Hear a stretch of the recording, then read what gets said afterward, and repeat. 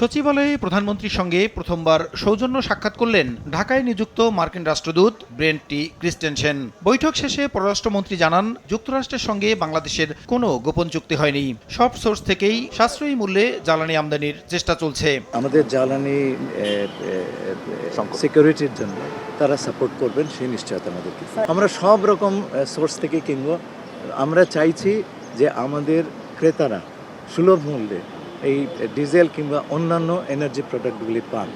তো দুনিয়াতে আমরা সবচাইতে সাশ্রয়ী যে সমস্ত সোর্স, সেটা ভারত হোক, সেটা মধ্যপ্রাচ্য হোক, সেটা যুক্তরাষ্ট্র হোক, আমরা সব জায়গাতেই চেষ্টা করছি। এদিকে জ্বালানি প্রতিমন্ত্রী জানান, 3 মাসের চাহিদা মেটানোর মতো জ্বালানি তেল সংরক্ষণের নির্দেশ দিয়েছেন প্রধানমন্ত্রী। ব্যবসায়ীদের আবেদনের প্রেক্ষিতে শপিং মল, দোকানপাট সন্ধ্যা 6টার পরিবর্তে 7টায় বন্ধের সিদ্ধান্ত নেওয়া হয়েছে।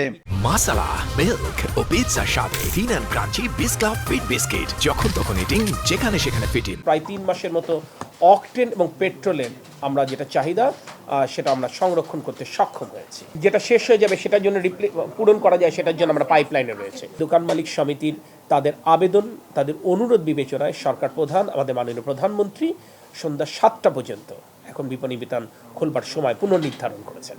এদিকে এলডিসি উত্তরণ বিষয়ক সভা শেষে অর্থমন্ত্রী জানান, মধ্যপ্রাচ্য সংঘাতে জ্বালানি সংকটে সরবরাহ ব্যবস্থাপনায় চাপ পড়ায় পণ্যের দাম বৃদ্ধির শঙ্কা রয়েছে।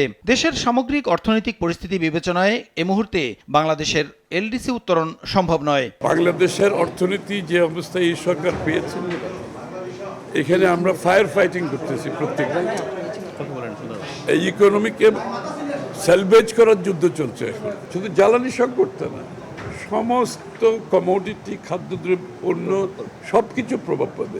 টোটাল সাপ্লাই চেইন ক্ষতিগ্রস্ত হচ্ছে। প্রসূন আশিস, সময় সংবাদ, ঢাকা।